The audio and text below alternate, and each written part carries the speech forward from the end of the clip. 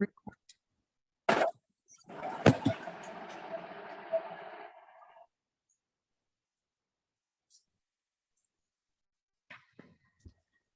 ক্লাসে আমরা কিছু সূত্র সম্পর্কে আলোচনা করব। তার মধ্য থেকে অনেকগুলো সূত্র অলরেডি আমরা শিখেছি, যেমন সাম, সাম ইফ, সাম ইফ এস, এগুলো কিন্তু আমরা শিখেছি। সামের কাজ যোগ করা এবং কততম ক্লাসে সেটাও শিখেছি, সেটা এখানে মার্ক করা আছে। এভারেস্টও আমরা শিখেছি, যদিও বা আমরা এই সিস্টেমে শিখি নাই, আরেকটু সহজভাবে শিখেছিলাম। সেই হিসাবে আমরা শিখেছি। তবু আমরা আজকে ক্লাসে এভারেস্ট সম্পর্কে আরেকবার প্র্যাকটিস করে নেব, কিভাবে আসলে এভারেস্টটা করা হয়।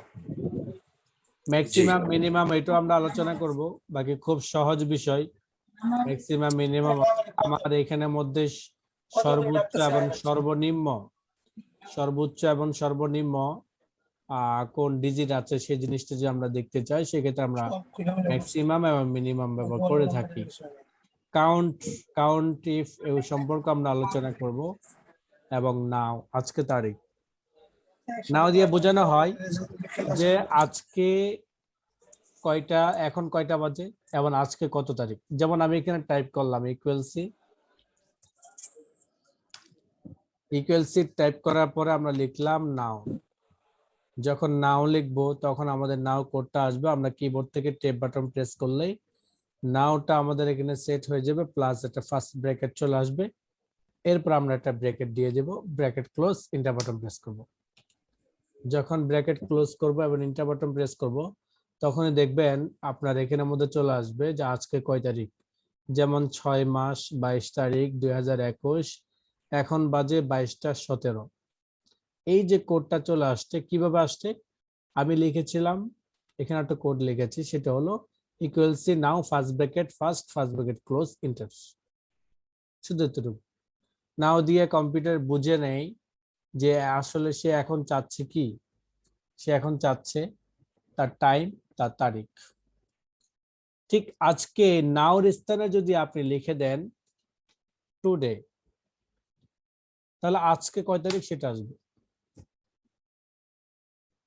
টাইম ছাড়া, শুধু আজকে কয় তারিখ সেটা আসবে। আমি এখানে টাইপ করলাম equal C today first bracket close enter button. এখন দেখেন 6/22/2021, 6 মাস 22 তারিখ 2021। এই যে টুডে, নাও, এগুলো হলো সবগুলো কোড। এই কোডগুলোর মাধ্যমে আমরা অনেক কিছুই আনতে পারবো। আসলে কোডের কিন্তু শেষ নেই। আজকের শুধু একটা মেনুর একটা এক্সাম্পল দিয়ে আপনাদের কোডগুলো বুঝাবো। আসলে কোডগুলোর জগৎটা হলো বিশাল। কতটা বিশাল এটা আপনাকে বলা যাবে না। আপনি এটার উপর যদি ডিপ্লোমা করতে হয়, তাহলে কমপক্ষে 6 থেকে 1টা বছর শুধু এটার উপর আপনাকে পড়ে থাকতে হবে, তবেই আপনি এর দ্বারা ফায়দা অর্জন করতে পারবেন এবং হাই লেভেলের কাজগুলো করতে পারবেন। যে ব্যাংক বিমাতে যে সকল কাজগুলো করা হয় সবকিছু আপনি করতে পারবেন।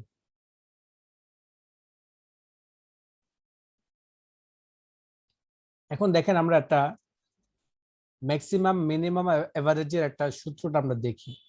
ম্যাক্সিমাম মিনিমাম, যেমন আমি এখানে লিখলাম equal C M A x.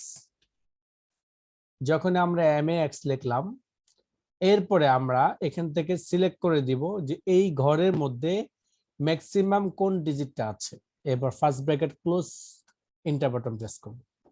দেখেন এখানে আসছে ম্যাক্সিমাম আছে কত, 1600, 1300, 1200, 850, 850, 650, 950, 1350, 1600, 750। তার মানে হলো সর্বোচ্চ এখানে দেখাচ্ছে 1600। এভাবে যদি আমরা কোনো ধরনের সর্বোচ্চ ডিজিট যদি আমরা দেখতে চাই, সেই ক্ষেত্রে আমরা এবার ম্যাক্সিমাম মাধ্যমে এটাকে বের করতে পারবো। আর যদি সর্বনিম্ন দেখতে চাই, তাহলে আমরা এভাবে টাইপ করবো ইকুয়াল সি এমআইএন। এরপর আমরা ঘরটাকে মার্ক করে দিব। এরপর আমরা first bracket close button press করে এন্টার বাটন প্রেস করব। তাহলে আমরা দেখতে পারবো আমাদের এখানে এই মধ্য থেকে সর্বনিম্ন কোন ঘর আছে, অর্থাৎ 650 আছে। এটা হলো ম্যাক্সিমাম আর মিনিমামের কোড।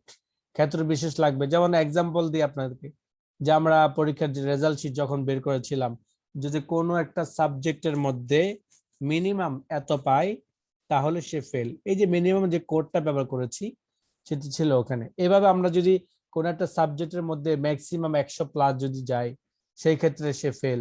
এই ধরনের আমরা একটা ম্যাক্সিমাম এক্সাম্পলটা সেখানে ব্যবহার করতে পারি। এগুলো সবগুলো কোড সামের মতো। আসেন এভারেজ। এভারেজ কি?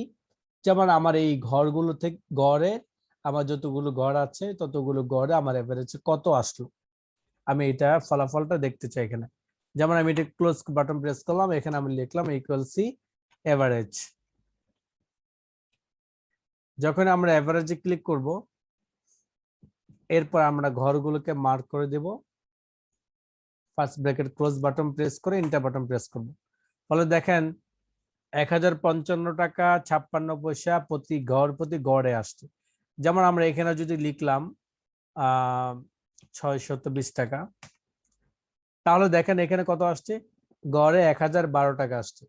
এবং যখনই 620 টাকা এখানে লিখেছিলাম তখন কিন্তু আমার এখানে যেটা আমি উল্লেখ করেছিলাম যে মিনিমাম কত আছে, কিছু সময় আগে ছিল মিনিমাম 650 টাকা, কিন্তু এখন কিন্তু 620 টাকা চলে আসছে অটোমেটিক। যেমন আমি এখানে ব্যবহার করলাম 500 টাকা, ফলে দেখেন আমার এখানে মিনিমাম চলে আসছে 500 টাকা, যেটা আমি এখানে মিনিমাম একটা কোড ব্যবহার করেছিলাম। এভারেজের ক্ষেত্রে আমাদের এভাবে, আমাদের কোনো ঘর যদি এমন হয় সেই ক্ষেত্রে আমাদের এটা এভাবে প্লাস মাইনাস হবে। আচ্ছা, এবার আসেন কাউন্ট, কাউন্ট ইফ এস এবং কাউন্ট ব্লাঙ্ক, এগুলো মানে কি? যেমন আমরা একটা এক্সাম্পল শিখেছিলাম সাম ইফ এবং সাম ইফ এস সম্পর্কে আমরা আলোচনা করেছি। ঠিক অনেকটা এই ধরনেরই আছে কাউন্ট, কাউন্টার, কাউন্ট ইফ, এগুলো কিন্তু সবগুলো কিন্তু কোড, একটা বিশেষ কোড, যে কোডগুলোর মাধ্যমে সে বুঝতে পারে আসলে আপনি চাচ্ছেন কি। আপনি যদি দোকানদারকে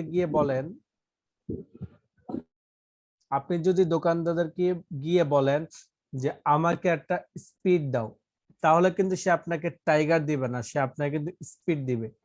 এভাবে যদি আপনি তার থেকে মোজো চান তাহলে কিন্তু সে আপনাকে মোজো দিবে, সে আপনাকে কোকাকোলা দিবে না। তার মানে হলো যে মজুদিয়া সে যে পণ্যটা বুঝতে পেরেছে আপনি বোঝাতে চেয়েছেন যেটা, সে সেটাই আপনাকে দিয়েছে। ঠিক আপনার এখান থেকে আপনি কোন একটা ফলাফল বের করতে যদি চান তাহলে অবশ্য আপনাকে তার ভাষাই বলতে হবে। তার ভাষা কি? যেমন আপনি এখানে এখানে যে ফলাফলগুলো আছে কাউন্ট, এই কাউন্টটা কি ধরনের হবে? ঘর ভিত্তিক। যেমন এখানে কাউন্ট আসছে 1, এখানে কাউন্টটা আসছে 4, এখানে আসছে কাউন্ট ইফ আসছে 2, এখানে আসছে কাউন্ট ইফ আসছে 1 এবং কাউন্ট ব্লাঙ্ক আসছে 3। সবগুলো এটা মানি আছে। যেমন কাউন্ট, আমি যদি এই ঘরগুলোকে কাউন্ট করতে চাই, এক্সাম্পল আমি এখানে টাইপ করলাম ইকুয়াল সি টাইপ করার পরে আমি আমার কাউন্ট লিখবো, কাউন্ট, এরপর আমার এই ঘরগুলোকে মার্ক করে দিব। এই ঘরগুলোকে যখন মার্ক করে দিব এরপর first bracket close button press করব, এরপর এন্টার বাটন প্রেস করব। ফলে আমার এখানে 4টা ঘর থেকে আমার একটা ঘর শো করেছে, আর সেই ঘরটা হলো মূলত ডিজিট ঘর। তার মানে কাউন্ট দিয়ে শুধুমাত্র ডিজিট ঘরগুলোকে উল্লেখ করবে যেখানে আপনার কয়টা কি আছে, ডিজিট ওয়ালা ঘর আছে। ঠিক আমরা এই জায়গার মধ্যে যদি আমরা ব্যবহার করে থাকি, যেমন আমরা এখানে ব্যবহার করলাম, এই ঘরগুলোকেই আমরা উল্লেখ করলাম, first bracket close enter button press করলাম। এখন কিন্তু দেখেন 10টা আসছে। এর কারণটা কি? যে আমার এখানে 10টা ঘরে ডিজিট লেখা আছে, যেমন 1 2 3 4 5 6 7 8 9 10। তার মানে যে ব্ল্যাঙ্ক গুলো ছিল, কিন্তু ব্ল্যাঙ্ক গুলো কিন্তু সে কাউন্ট করে নাই। কারণ কি? ওই ওই ঘরগুলোতে কিন্তু তার কোনো ধরনের ডিজিট সে পায়নি।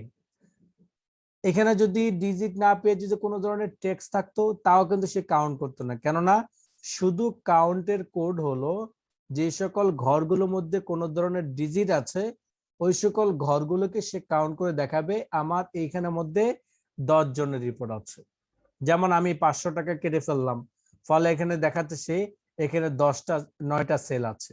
তার মানে কি 9টার ফলাফল, 9টা ফলাফলের ঘর আছে এখানে। এটা হলো কাউন্টের কাজ। কাউন্ট কাজ করবে যে সকল ঘরগুলোতে ডিজিট আছে ওইসব ঘরগুলোর সেল কয়টা সেটা আপনাকে দেখাবে। আর কাউন্টটা হলো সে টোটাল ঘর দেখাবে আপনাকে। টোটাল কি দেখাবে? ঘর দেখাবে। যেমন আমি এখানে কেটে দিলাম, টাইপ করলাম ইকুয়াল সি,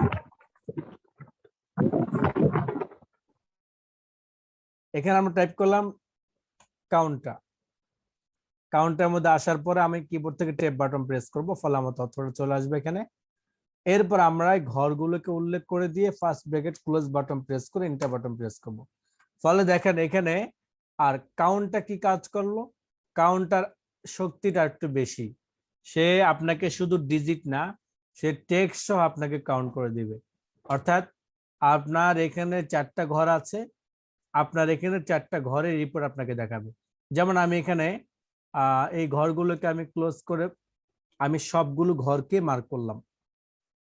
মার্ক করার পরে আমি first bracket close button press করে এন্টার বাটন প্রেস করলাম।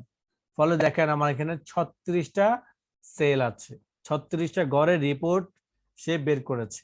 যেমন 1 2 3 4, তাহলে 3 4 12, এখানে আছে 8, তাহলে 20, এখানে আছে 3 4 12, 32, 32 আর 4 কত? 36। তার মানে এখানে 36টা ঘরের মধ্যে আমাদের কি করা আছে? ফলাফল আছে, অর্থাৎ আমাদের হিসাবটা আছে। মাঝখানে যে ঘরগুলো ছিল ব্ল্যাঙ্ক, সে ব্ল্যাঙ্ক ঘরগুলো কিন্তু সে কি করে নাই? কাউন্ট করে নাই। শুধুমাত্র যে সকল ঘরগুলোতে কোনো ধরনের টেক্সট অথবা ডিজিট আছে ওই সকল ঘরগুলোকে সে কি করেছে? কাউন্ট করেছে। এটা হলো কাউন্টের কাজ। এখন আসেন কাউন্ট ইফ। কাউন্ট ইফ এর কাজ কি? কাউন্ট ইফ এর কাজ হলো যে আপনি যদি নির্দিষ্ট কোন একটা নাম বের করতে চান, কোন অঙ্ক বের করতে চান, সেই ক্ষেত্রে আপনাকে কাউন্ট ইফ ব্যবহার করতে হবে। কাউন্ট ইফ ব্যবহার করার জন্য আমরা এটাকে কেটে ফেললাম, আমরা ইকুয়াল সি বাটন প্রেস করে আমরা টাইপ করলাম কাউন্ট ইফ।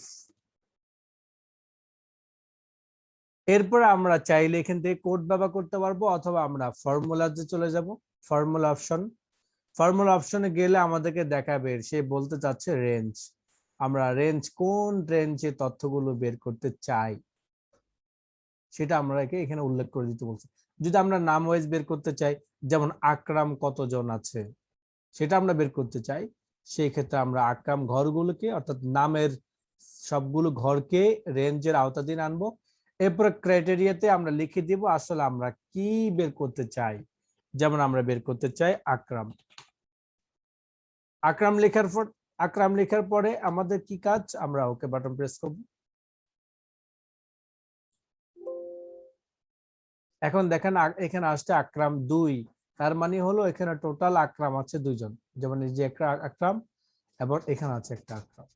তাহলে সেই ক্ষেত্রে বিশেষ কোন নামবাচক অথবা বিশেষ কোন ডিজিট, এরিয়ার কোন টেক্সট, কোন নাম, অর্থাৎ যে কোনো একটা বিশেষ ফলাফল বের করার জন্য আমাদেরকে কাউন্ট ইফ ব্যবহার করতে হবে। আর কাউন্ট ইফ এর কাজ কি? অনেকটা এই ক্যাটাগরি, তবে সেটার সাথে আরটা প্লাস করা যাবে। যেমন আকরাম বের করব, এখানে এক আকরাম দেখা যাচ্ছে যার এরিয়া পড়েছে ঢাকা, এখানে এক আকরাম আছে যার এরিয়া পড়েছে বরিশাল। তার মানে 2 আকরাম। বলেন স্যার, যে কাউন্ট ইফ যে আপনার এই যে আপনার বের করেছে, আপনার নেমের লিস্ট বের করেছে, এটা ডিজিটও কি বের করবে ওই কাউন্ট ইফটা? কাউন্ট ডিজিট বের করবে তো এই ঘর। আপনি যদি কাউন্ট বলেন কাউন্টটা হ্যাঁ, কাউন্ট ইফ মানে যদি আপনি নির্দিষ্ট কাউন্ট ইফ এর কাজ হলো নির্দিষ্ট কোন একটা জিনিস যদি আপনি বের করতে চান, সেটা নামও হতে পারে, ডিজিটও হতে পারে। জি জি জি। এবার আসেন কাউন্ট ইফ। কাউন্ট ইফ এর কাজ হলো যেমন আমি আকরাম বের করব, তবে ঢাকার আকরাম, তবে কিসের আকরাম? ঢাকার আকরাম। তার মানে হলো ঢাকার আকরাম কয়টা ঘর আছে সেটা আমরা দেখতে চাই। সেই ক্ষেত্রে আমরা যেমন ঢাকার অনেক অনেক কিছু থাকে, এর জন্য আমরা কি করব, আমরা টাইপ করব কাউন্ট ইফ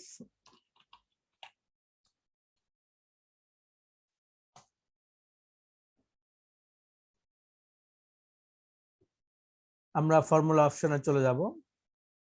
ফর্মুলা অপশনে যাওয়ার পরে আমরা এখানে ক্রাইটেরিয়া রেঞ্জের মধ্যে উল্লেখ করে দিব আসলে আমরা কোন ঘরের তথ্যটা জানতে চাই।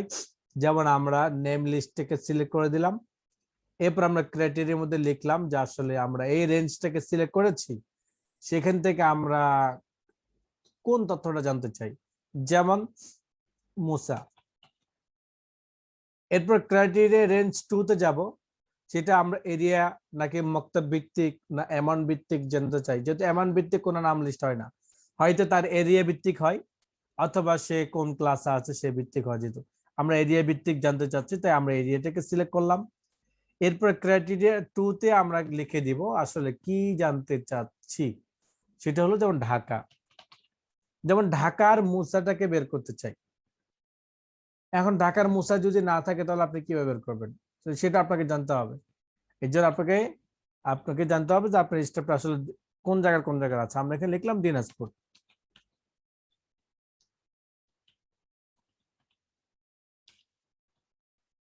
এরপর আমরা ওকে বাটন প্রেস করব। যখন আমরা ওকে বাটন প্রেস করব তখন আমাদের এখানে দেখাবে যে আসলে মুসা কয়টা আছে। মুসা যদি আমাদের এখানে 2টা থাকে, যেমন আমরা এখানে কপি করলাম, এরপর আমরা এখানে প্রেস করলাম। এখন দেখেন আমার কাউন্ট ইফ এর মধ্যে কি দেখাচ্ছে, কয়টা দেখাচ্ছে, 2টা দেখাচ্ছে। আচ্ছা, আমি যদি এখানে আবার যদি কপি করে পেস্ট করি, দেখেন আমার এখানে কয়টা দেখাচ্ছে, এখন 3টা দেখাচ্ছে। তার মানে আমার এখানে যতগুলো পাবে সেটা আমরা বের করতে পারবো, অর্থাৎ একাধিক নিয়মে, একের অধিক নিয়মে। যেমন আকরাম প্লাস ঢাকা ভিত্তিক তার তথ্য বের করতে চাই, ঢাকার আকরামকে বের করতে চাই, আকরাম ঢাকার বের করতে চাই। এটা হলো কাউন্ট ইফএস। আর যদি বলি যে আমরা আকরাম কতজন আছে সেটা দেখতে চাই, সেই ক্ষেত্রে আমরা কাউন্ট ইফ। আর যদি বলে যে আমাদের এই প্রজেক্টের মধ্যে টোটাল কতগুলো সেলে কাজ করা হয়েছে সে তথ্য দেখতে চাই, সেই ক্ষেত্রে আমরা কাউন্টটা। আর যদি বলে যে আমাদের এই ঘরের মধ্যে টোটাল ঘরের মধ্যে কতগুলো ঘরের মধ্যে মূলত ডিজিট আছে, সেই ক্ষেত্রে আমরা ব্যবহার করব কাউন্ট। ক্লিয়ার? কাউন্ট, জি ক্লিয়ার।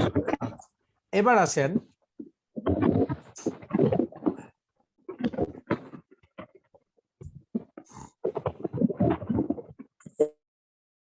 আচ্ছা, এবার আসেন আমরা জানতে চাই কাউন্ট ব্ল্যাঙ্ক। যেমন আমরা জানতে চেয়েছিলাম যে আমাদের টোটাল কাউন্টের ঘর কয়টা আছে সেটা আমরা দেখেছি, আবার টোটাল সেল কয়টার মধ্যে আমাদের কাজ করা হয়েছে সেটাও দেখেছি। কিন্তু আমরা জানতে চাচ্ছি আমাদের এই প্রজেক্টের মধ্যে টোটাল কয়টা ঘর খালি আছে, কয়টা সেল খালি আছে, কোন কোন ঘরগুলো খালি আছে। এর জন্য আমাদেরকে কাউন্ট ব্ল্যাঙ্কে যেতে হবে। এখানে আমাদেরকে টাইপ করতে হবে, খুব সূক্ষ্ম বিষয়। আমরা এখানে টাইপ করব কাউন্ট ব্ল্যাঙ্কের মধ্যে যখন ডাবল ক্লিক করব কোডটা চলে আসবে। এরপর আমরা আমাদের পুরো প্রজেক্টটাকে মার্ক করে দিব, first bracket close, enter button press. এখন দেখেন আমাদের টোটাল 12টা ঘর খালি আছে। এই টোটাল প্রজেক্টের মধ্যে 12টা ঘর কি আছে, খালি আছে, এবং 36টা ঘর লেখা আছে। 36টা ঘরের মধ্যে কি করা আছে, লেখা আছে। 9টা ঘরের মধ্যে ডিজিট আছে, 2টা ঘরের মধ্যে কি আছে, আকরাম আছে, একটা ঘরের মধ্যে ঢাকার আকরাম আছে। তাহলে এই টোটাল এক একটার কিন্তু এক একটা কাজ। এখন সবগুলো যদি আপনি এক জায়গায় প্রয়োগ করেন তাহলে কিন্তু হবে না। তথ্য আপনি কি বের করতে চান সেই অনুযায়ী কোডগুলো ব্যবহার করবেন। ক্লিয়ার? জি স্যার। আচ্ছা, এবার আসেন আমরা আরেকটা গুরুত্বপূর্ণ কাজ শিখি।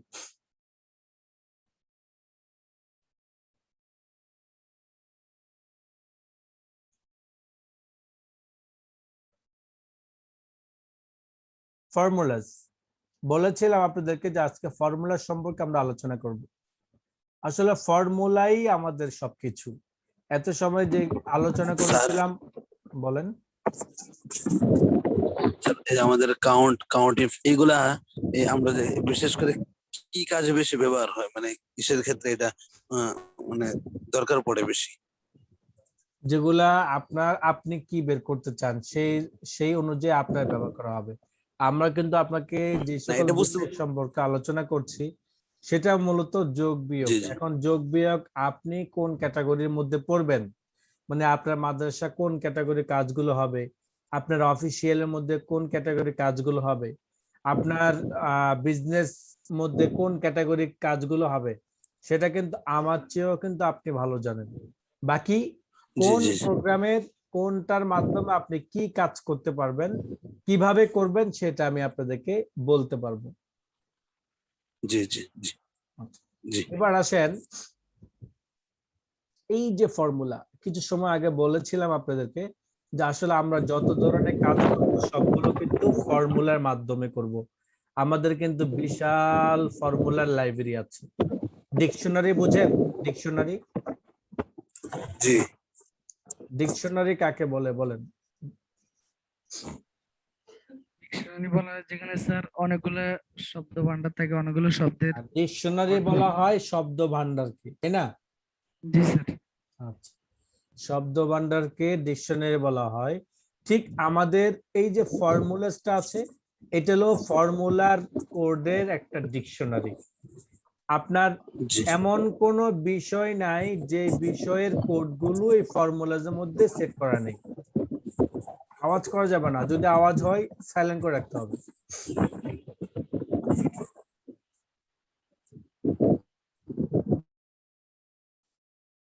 এই যে বিশাল জগৎটাকে যদি আমি আপনাকে বুঝাইতে যাই, আমি যদি আপনাকে শিখাইতে যাই, তাহলে কিন্তু 6 থেকে 1টা বছর আপনি আমার এখানে ডিপ্লোমা করতে হবে। কিন্তু আমার জানা মতে সেই সময় আপনাদের নেই, যেহেতু আপনারা 2 মাসই সময় আমাকে দেন না। কি বলেন? যেহেতু আপনারা আমাকে 2 মাসই সময় দিতে পারেন না ভালো করে, তাহলে আপনারা কিভাবে 6 মাস 1 বছর সময় দিবেন? তবে মূল বিষয় হলো এইখান থেকে আসলে আমাদের যে সকল কোডগুলো বেশি প্রয়োজন ছিল অথবা সচরাচর মানুষ বেশি যে সকল কোডগুলো ব্যবহার করে ওই সকল কোডগুলো সম্পর্কে অলরেডি আমরা ধারণা পেয়ে গেছি। তাহলে অতিরিক্ত কোডগুলোর কি কাজ? অতিরিক্ত কোডগুলোর কাজ হলো ক্ষেত্র বিশেষ। আপনি যদি ব্যাংকিং সাইডে কাজ করেন, ফাইন্যান্সিয়াল সাইডে, লজিক্যাল সাইডে, ট্যাক্স ইনকাম ট্যাক্সের ওই সাইডে ডেট এন্ড টাইম নিয়ে কাজ করতে চান, লক আপ রেফারেন্স সম্পর্কে আলোচনা করতে চান, ম্যাথ অ্যান্ড ট্রিক সম্পর্কে, মোর ফাংশন, আদার্স আর অন্যান্য অনেকগুলো বিষয়ের উপর যদি আপনি কাজ করতে যান, সেই ক্ষেত্রে আপনি ক্ষেত্র বিশেষ আপনি কোডগুলো বের করতে পারবেন। যেমন ফর্মুলাজে প্রথমে পাবেন ইনসার্ট ফাংশন অর্থাৎ ইকুয়ালসি, এরপরে পাবেন অটো সামের কিছু কাজ যেমন sum, average, count number, max, minimum, যেগুলো অলরেডি আমরা শিখে ফেলেছি। মোর ফাংশনে গিয়ে আমরা ওখানে গিয়ে আমরা সেম আমরা অনেকগুলো কোড আবার ওখানে পাবো। রিসেন্টলি যে সকল কোডগুলো আপনি ব্যবহার করেছেন ওই সকল কোডগুলো আপনি এখানেও পাবেন, যেমন PMT, sum, average, if, hyperlink, count, max, sin, sum if, অনেকগুলো কোড অলরেডি আমরা ব্যবহার করেছি। যদি বলে ফাইন্যান্সিয়াল যদি কোড জানতে চান তাহলে ফাইন্যান্সিয়াল কোডগুলো আপনি এখানে পাবেন, অনেকগুলো কোড আছে। লজিক্যাল কোড যদি জানতে চান লজিক্যাল কোডগুলো আপনি এখানে পাবেন। ইনকাম ট্যাক্সের উপর যদি কোনো ধরনের সূত্র প্রয়োগ করতে চান, ফর্মুলা ব্যবহার করতে চান, সেক্ষেত্রে আপনি ট্যাক্স গুলো এখানে পাবেন। ডেট এন্ড টাইম নিয়ে আপনি কাজ করতে চান, সেই ক্ষেত্রে আপনি এখানেও পাবেন এগুলো। লক আপ এবং রেফারেন্স সম্পর্কে যদি আপনি আলোচনা করতে চান ওই সকল কোডগুলো আপনি এখানে পাবেন। অর্থাৎ আপনার জীবনে বিজনেস সেকশনে হোক, আপনার অফিসিয়াল সাইট হোক, অথবা আপনার আদারওয়াইজ যেই কোনো আপনি কর্মের জন্য আপনি এক্সেল ব্যবহার করেন, সবগুলো কোড আপনি এখানে পাবেন। যেহেতু আপনার সময় নেই অথবা আপনার প্রয়োজনও নেই, এগুলো সবগুলো সবার প্রয়োজন হয় না, সাধারণত যারা কোডিং এর কাজ করে তাদের জন্য এগুলো খুব গুরুত্বপূর্ণ, এটা তাদেরই প্রয়োজন এবং তারাই এই বিষয়ের উপর আসলে কোর্সগুলো করে থাকে। তো এটা আপনাদের প্রয়োজন নেই, যতটুকু আপনাদের প্রয়োজন ছিল ততটুকু আমরা ধারণা দিয়েছি। যেমন এইখান থেকে আমরা একটা এক্সাম্পল দিই, যেমন আপনি যদি একটা লোন করবেন, পাস করাবেন, এখন আপনার লোনটা আপনার কত টাকা নেবেন, এর উপর কত টাকা ইন্টারেস্ট আসবে, কত সময় আপনি ব্যয় করবেন, কত সময় ব্যয় করে এবং প্রতি মাসে কত টাকা করে পে করবেন, আপনার এর একটা রিপোর্ট, সংক্ষিপ্ত রিপোর্ট চান। তাহলে আপনাকে কি করতে হবে, একটা একটা ডামি তৈরি করতে হবে। যেমন আপনি উল্লেখ করলেন লোন অ্যামাউন্ট, আপনি কত টাকা লোন নিয়েছেন, যেমন আপনি নিয়েছেন 1,85,000 টাকা, এবং ইন্টারেস্ট দিতে হবে, যেটা তাদের ভাষায় ইন্টারেস্ট বলে, আমাদের ভাষায় আমরা যেটা বলি সেটাই যদি দিতে হয়, তাহলে কত পার্সেন্ট তাকে দিতে হবে সেই পার্সেন্ট আপনি এখানে উল্লেখ করে দিবেন। এক্সাম্পল আমরা এখানে উল্লেখ করেছি 6.5। সেকেন্ড, থার্ড নাম্বার আসেন লোন পিরিয়ড ইয়ার, অর্থাৎ আপনি কত বছরের জন্য এই লোনটা নিচ্ছেন, বছর অনুযায়ী আপনার থেকে কি নিবে, একটা ইন্টারেস্টটা নিবে। এখন আমরা বের করব আমাদের ফলাফলটা এই তিনটা থেকে। কিভাবে ফলাফলটা বের করব সেটাকে বুঝেন। যেমন এই ইন্টারেস্টের ইয়েটা বের করার জন্য আমাদেরকে ব্যবহার করতে হয় পিএমটি, একটা কোড আছে, সেটা আমাদেরকে ব্যবহার করতে হবে। পিএমটি কোড ব্যবহার করার পরে আমরা প্রথমেই উল্লেখ করব আমাদের যেই ঘরটা, অর্থাৎ যেই ঘরটার মধ্যে আমাদের ইন্টারেস্ট আছে, ওই ঘরটা আমরা উল্লেখ করব। ওই ঘরটা উল্লেখ করার পরে সেকেন্ড ঘরের মধ্যে আমরা লিখে দিব যে কত বছরের জন্য আমরা নিচ্ছি। আর থার্ড নাম্বার হবে আমাদের টোটাল কত টাকা। তিনটা বিষয় কিন্তু আলাদা আলাদা বুঝেন আগে। প্রথম কথা হলো, আপনি যে ইন্টারেস্টটা নিচ্ছেন সেই ইন্টারেস্টটা আপনাকে প্রথম উল্লেখ করতে হবে, তার সাথে ভাগ দিয়ে 12 দিতে হবে। যেহেতু আপনার ইন্টারেস্টটা মান্থলি সিস্টেমে হবে, তাই আপনি এটাকে ভাগ দিবেন মান্থলি সিস্টেমে। অর্থাৎ H3 তে আমাদের ইন্টারেস্টটা আছে, তাই আমরা এখানে H3 অবলিক আমরা 12 কমা দিব। এরপর আমরা কি দিব, এরপর আমরা ব্যবহার করব, যেমন আমরা এখানে ব্যবহার করলাম ইকুয়াল সি টিএমটি, পিএমটি। এই যে পিএমটি এখানে কোডটা চলে আসছে, আপনি ডাবল ক্লিক করেন। এরপর আপনাকে উল্লেখ করতে হবে, আপনি এইচ অর্থাৎ ইন্টারেস্ট ঘরটাকে সিলেক্ট করলেন। সিলেক্ট করার পর আপনি এখানে অবলিক বাটন প্রেস করে 12 দিয়ে একটা কমা ব্যবহার করবেন। কেন 12 দিবেন? যেহেতু আপনি মান্থলি সিস্টেমে কত টাকা হয়, মান্থলি সিস্টেমে সে ইন্টারেস্টটা গুণন করবে। কিসের সাথে গুণন করবে? কত ইয়ারে আপনি ব্যবহার করতে চান। যেমন ব্যবহার করতে চান আপনি 13-তে, তাই আপনি এখানে 13 উল্লেখ করলেন। 13 ঘর থেকে উল্লেখ করার পর ইন্টু 12 কমা, অর্থাৎ আপনি এখানে লিখলেন, প্রথম গত লিখলেন যে ইন্টারেস্টটা প্রতি মাসিক সিস্টেমে কত টাকা হবে। সেকেন্ড নাম্বারটা আসবে যে আপনার টোটাল 3 যে উল্লেখ করেছেন, সেটা তো আপনার মতে 3 বছর, কিন্তু কম্পিউটার তো জানা না 3 বছর কি আসলে। এই জন্য আপনাকে কি করতে হবে, 3 × 12, অর্থাৎ প্রতিটা বছর হবে আমার 12 করে, ইকুয়ালস আমাদের দাঁড়াবে 36 মাস। এরপর আমাদের কাজ কি? এরপর আমাদের কাজ হলো আমি কত টাকা লোন নিব, মূল টাকাটা, সে মূল টাকাটা আমরা সিলেক্ট করব। আমাদের কাজ কমপ্লিট। এবার আমরা first bracket close button press করে এন্টার বাটন প্রেস করব। ফলে কি হবে, আমাদের টাকাটা চলে আসবে। যদিও আমাদের এখানে দেখাচ্ছে ডলার সিস্টেমে, এর জন্য আমরা এটাকে জেনারেল সিস্টেম করে নেব অথবা অ্যাকাউন্টিং সিস্টেম করে নেব। যখন আমরা অ্যাকাউন্টিং সিস্টেম করে নেব কত টাকা আসছে সেটা আমরা দেখতে পারবো, অথবা জেনারেল মোডে দিয়ে দেব, অথবা নাম্বারিং মোড আমরা দিয়ে দেব। ফলে আমাদের এটা দেখাবে আসলে আমরা কত টাকা করে পার মান্থ দিতে হবে। এভাবে আমরা আমাদের বিভিন্ন ক্ষেত্র বিশেষ কোডগুলো ব্যবহার করে করে আমরা আমাদের তথ্যগুলো বের করতে পারবো। এটা একটা এক্সাম্পল দেখালাম যে কিভাবে ব্যাংকের আপনার লোন হিসাবগুলো তারা বের করে।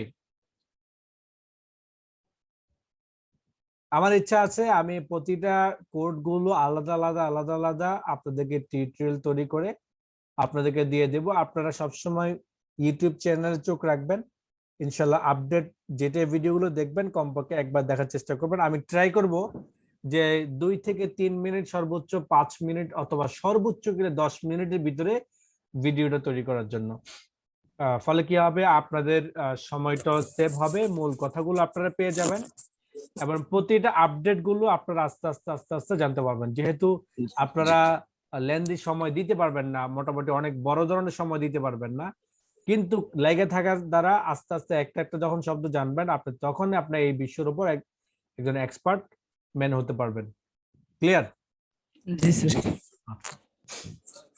এবার আসেন, স্যার বলেন। আপনার কি এমনি পার্সোনাল কোনো ইউটিউব চ্যানেল আছে?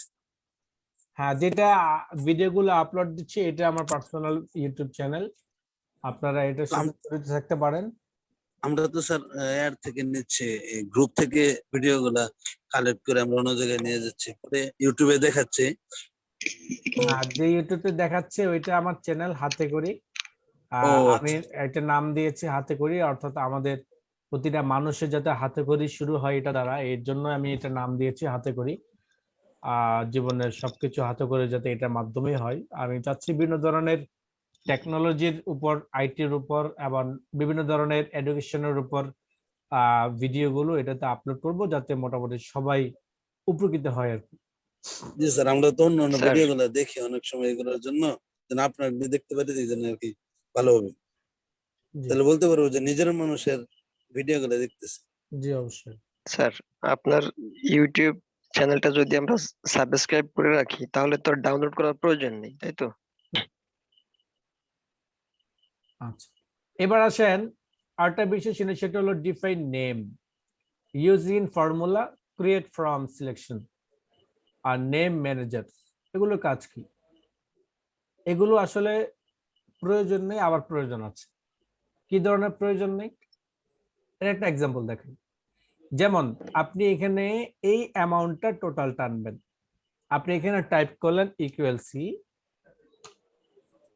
এরপর আপনি দেখতে হবে যে প্রথম ঘরটা সাম করার জন্য প্রথম ঘরটা কোনটা আছে, তাহলে সেই ঘরটা আপনাকে কি করতে হবে দেখতে হবে। যেমন D2 এখানে উল্লেখ করলেন, D2 ক্লোন ব্যবহার করে লাস্টে ঘর দেখলেন D13, ইন্টার বাটন প্রেস করলেন। এই যে D2 D13 করলেন, এটা একটা সিস্টেম করেছেন।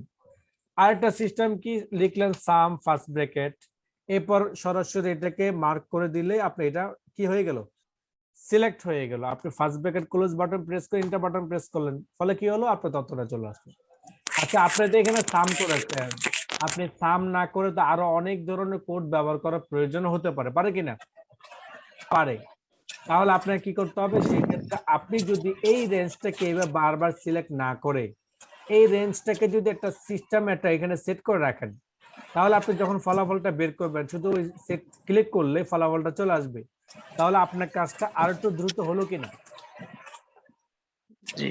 জি আর একটু দ্রুত জন্যই আমাদেরকে এই সিস্টেমটা ব্যবহার করতে হবে। সেটা কি? যেমন আমরা ক্লিক করলাম ক্রিয়েট সিলেকশন,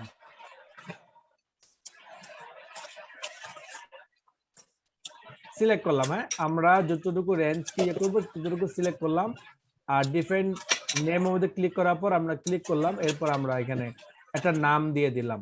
কি নাম দিয়ে দিলাম? হয়তো এটা নাম দিলাম যে অ্যামাউন্ট, অ্যামাউন্ট নাম ব্যবহার করলাম। আমরা অ্যামাউন্ট নাম ব্যবহার করার পরে যদি কোনো কিছু লিখতে চাই, যে যেমন টোটাল অ্যামাউন্ট লিখলাম,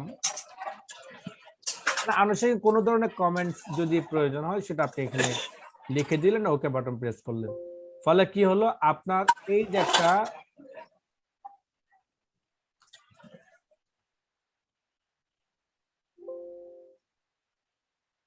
আচ্ছা, এটা অলরেডি এখানে লেখা আছে, আমরা এখানে লিখলাম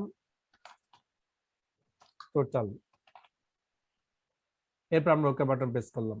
এখন দেখেন আমার এই রেঞ্জটা আমাকে বারবার এখন সিলেক্ট করা লাগবে না। আমি এখানে টাইপ করলাম ইকুয়াল সি সাম, সাম দেওয়ার পরে আমি এখন চলে যাব ইউজ ইন ফর্মুলাস, সেখানে গিয়ে আমরা যে টোটালটা আছে আমরা টোটালে ক্লিক করব, এরপর first bracket close button press করে এন্টার বাটন প্রেস করব। দেখেন আমার ফলাফলটা চলে আসছে। এই যে ফলাফলটা চলে আসছে, এটা কিভাবে সম্ভব হয়েছে? এটা সম্ভব হয়েছে আমি এই যে জিনিসটা আমি মার্ক করতাম সেই জিনিসটা আমার মার্ক করার প্রয়োজন নেই, আমি শুধুমাত্র এক জায়গায় সেট করে রেখেছি, সেখানে ক্লিক করলেই আর first bracket close button press করলেই আমার ফলাফলটা চলে আসবে।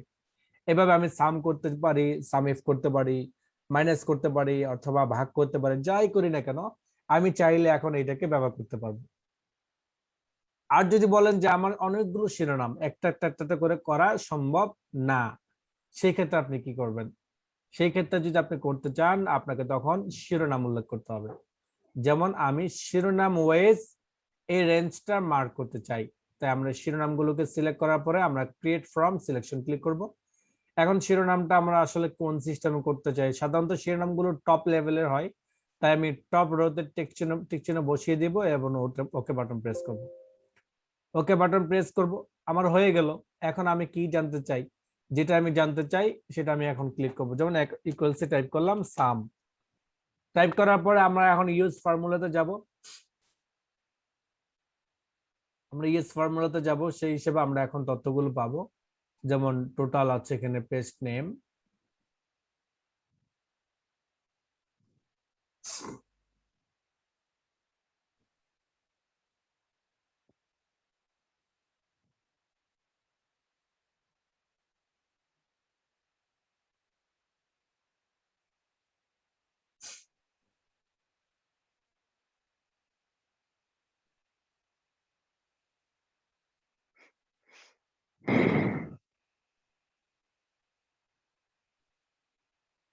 আমরা আমাদের এখানে যেগুলো আমাদের করা হয়েছে ওগুলো যদি আমরা মুছে ফেলতে চাই, তাহলে আমরা নেম ম্যানেজারে যাব। সেখানে গিয়ে আমরা চাইলে কোনোটাকে এডিট করতে পারবো, তাহলে এডিট করতে পারবো। আর যদি ডিলিট করতে চাই তাহলে ডিলিট বাটন প্রেস করবো। যেমন এক্সাম্পল, আমরা সবগুলো ডিলিট করে ফেললাম।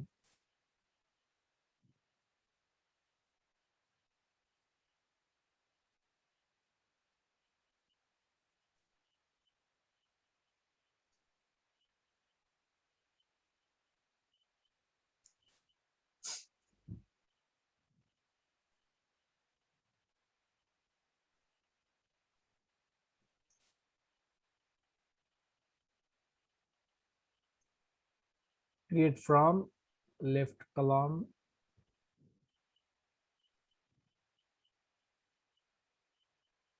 top row. Okay. This selection is not valid. There is a valid possible. Sorry. Copy.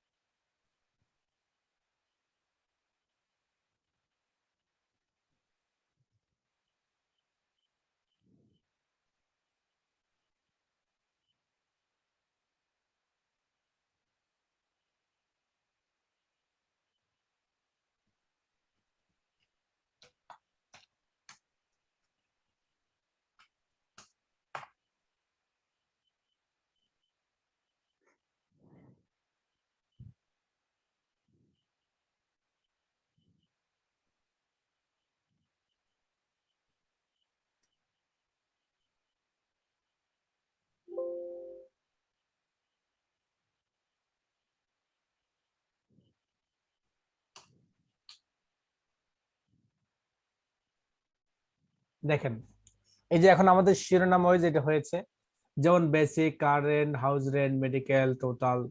এখন আমরা চাইলে এগুলো করতে পারবো, তবে শর্ত হলো যে আমরা যখন শিরোনাম গুলো সিলেক্ট করব, আমরা শিরোনাম সহ আমাদের নিচের রেঞ্জ পর্যন্ত আমরা সিলেক্ট করে নেব।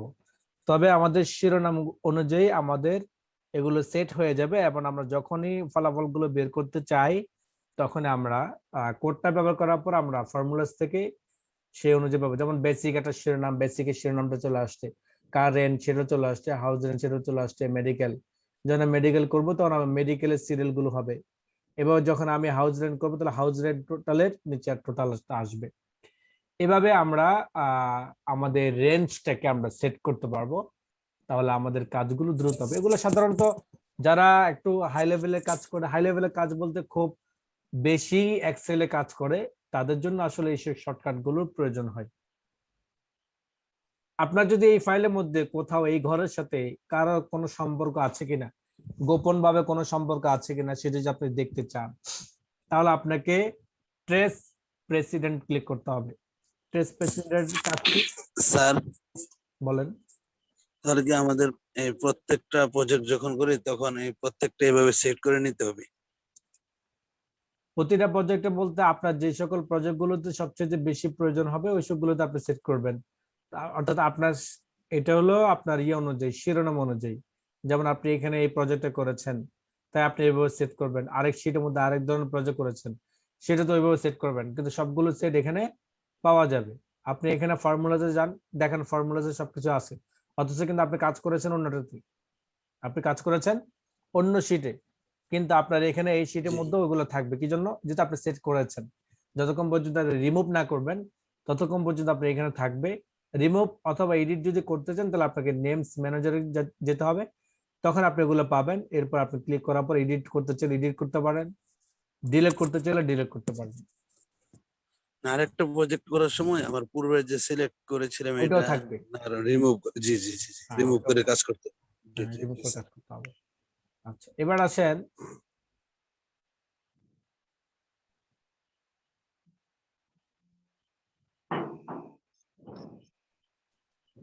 ট্রেস প্রেসিডেন্টের কি কাজ। প্রেসিডেন্টের কাজ হলো যে আপনার এই ফাইলের মধ্যে কারো কোনো লিঙ্ক আছে কিনা, সেই লিঙ্ক যদি থাকে সেটা রিমুভ করতে পারবেন, দেখার জন্য এটা আপনাকে ব্যবহার করতে হবে। যেমন আপনি এখানে ব্যবহার করেছেন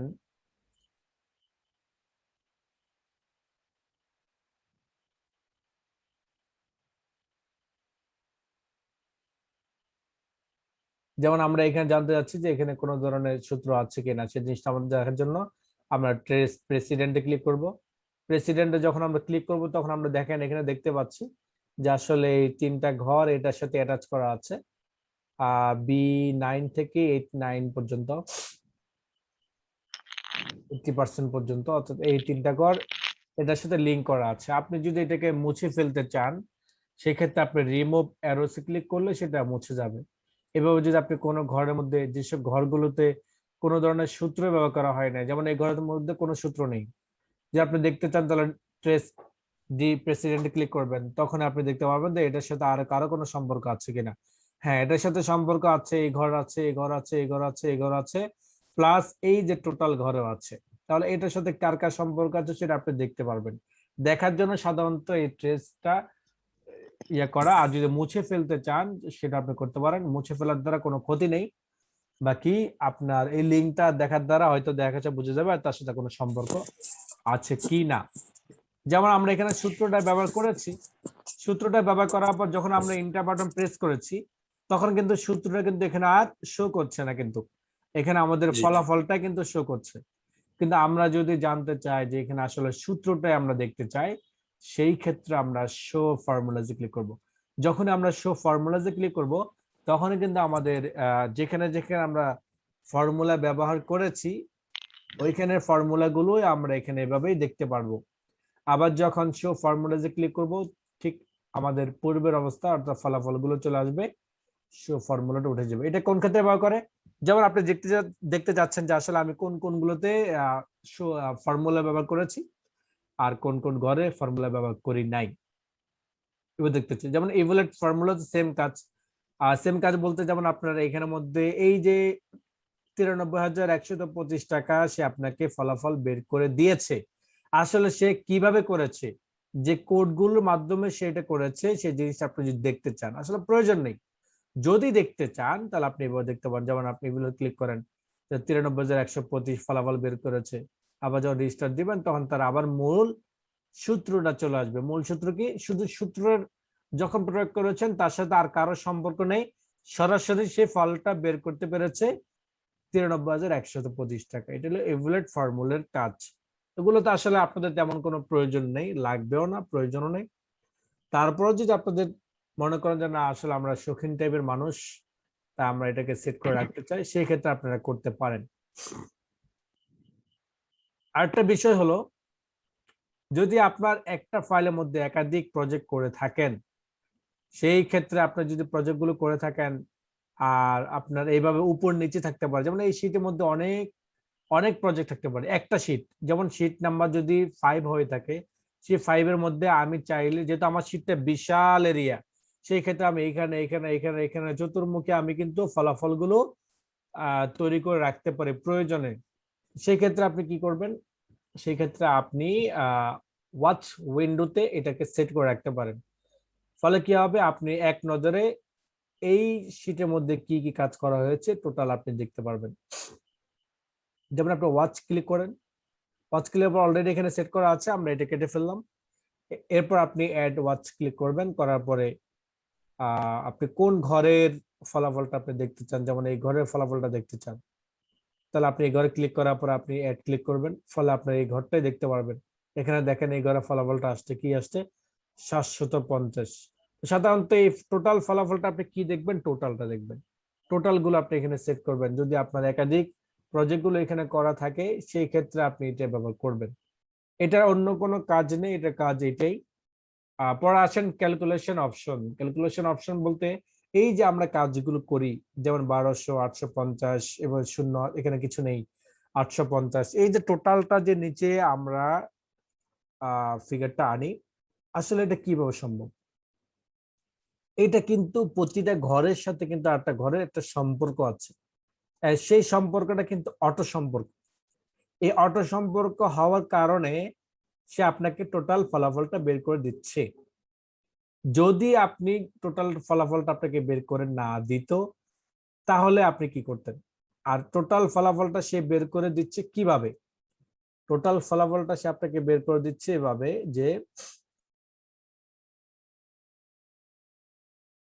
যেমন এটা ধরি, এখানে আমরা একটা সূত্র ব্যবহার করেছি, সূত্র ব্যবহার করার দ্বারা সে এই ফলাফলটা আসছে।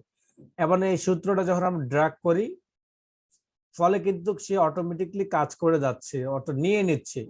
কিন্তু এটা যদি আমরা ক্যালকুলেশন গিয়ে যদি অটোমেটিক করা না থাকে, যদি আমরা ম্যানুয়াল সিস্টেমে করি, সেই ক্ষেত্রে কিন্তু আমাদের কি আসবে দেখেন, আমরা কিন্তু এটা ম্যানুয়াল সিস্টেম করেছি, ফলে দেখেন আমার 122 টাকা 50 পয়সায় সবাইকে সে ফিগারটা এনেছে, সবার কিন্তু সমান, কিন্তু আসলে সবাই কিন্তু সমান হওয়ার কথা না। এটা কিন্তু উপর থেকে আসছে, উপরে যেটা ছিল সেটাই আসছে, বাকিগুলো সে কিন্তু অটোমেটিকলি কাউন্ট করে না। যেমন এটার সাথে ফলাফল অনুযায়ী কি আশা কথা, সেই অনুযায়ী আশা কথা সেটা কিন্তু হয় না। এর কারণটা কি? এর কারণটা হলো ক্যালকুলেশন অপশনের মধ্যে অটোমেটিক দেওয়া নেই। যদি অটোমেটিক দেওয়া থাকতো তাহলে কিন্তু সে এখানে চলে আসতো। যেহেতু ম্যানুয়াল সিস্টেমে, তাই ম্যানুয়াল সিস্টেম হওয়ার কারণে আমরা যখন ড্র্যাগ করব তখন কিন্তু সে যার যার ঘর অনুযায়ী সেই ফলটা এনে দিতে পারবে না। যদি আমরা এটাকে শীট সিস্টেমে করতে চাই অথবা শুধুমাত্র এইটার জন্য করতে চাই, তাহলে ক্যালকুলেশন নাও ক্লিক করব।